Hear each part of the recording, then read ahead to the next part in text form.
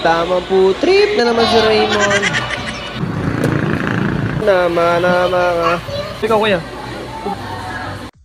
Nakapag-commute nga pala kami dito kasi nga may checkpoint. Kaya naman yung motor ko iniwan ko doon sa tagiliran ng munisipyo. Mahirap na, baka mahuli. Hindi pa man din ka basta-bastang checkpoint yun, kundi LTO. Siguradong tapos ang motor. At pagkarating-rating nga namin dito ay dali-dali na kaming umorder. Ang in-order namin dito, 2-piece chicken, isang spicy, 2 sundae, at saka may pahabol na burger steak. Baka daw kasi mabitin eh. At maya-maya nga nakita ko nitong 2 batang ito. Nagkukulitan na naman at nagkikismitan. Ay nako. At medyo maganda nga napistuhan namin dito. Nakasupa pa. Red na red. Talaga namang bagay na bagay sa amin at kasyang-kasya lamang kami. Si Athena naman ay talaga namang napakalikod. Gustong umupo dito sa high chair. Putit nagkasya. Laki na ay. At biglang nagpakit nga si Kuya Blue. Galing nga ba? Galing sumayaw. At poging-pogi din. At hindi na nga ako nakatiis. Kinuha ko na yung mga order namin. Kasi nga gutom na naman si Raymond. At nag-aala waiter pa. Pinagsisilbihan ko dyan yung aking mga pamilya. Good service yan. Baka naman may tip. Joke lang. At hindi pa nga kami nagsisimulang kumain. Nilalantakan na nila Kuya Blue at ni Athena kanilang ice cream. Parang hindi mga sipunin. Picture muna. Sa sobrang gutom ko nga, binuhos ko na ang gravy doon sa manok.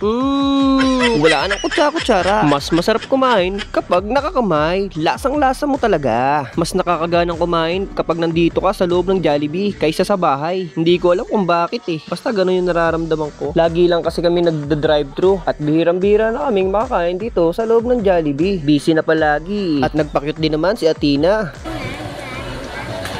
Kuya naman ay halos sabay-sabay ang kinakain. Ice cream pati kanin. Sarap. At inilabas ko na nga ang tinatago kong teknik. Bawal kasi ako mabitin sa rice eh. Kaya naman nagbaon na ako. At tuloy uli sa umatikabong kainan. Tamang food trip na naman si Raymond. At biglang naglambing si Athena. Parang gustong magpabili ng laruan ah. Parang alam ko na to ah. Si kuya din yata. Bitin pa ako kaya naman kinuha ko na yung only rice ko. Round 2. Parang si kuya ay nagpapahinga na at nabusog na. Siguradong mamaya naman ay kukulit na yung dalawang na yan. Tama lang yan. Pahindag muna kayo bago magkulitan. Habang ako naman ay hindi pa rin tapos kumain. Hanggang sa umabot na ako ng round 3. Sobrang laki pa rin ng manok. Talaga namang parang yung gravy lamang ang inuulam. Ginagawang sabaw.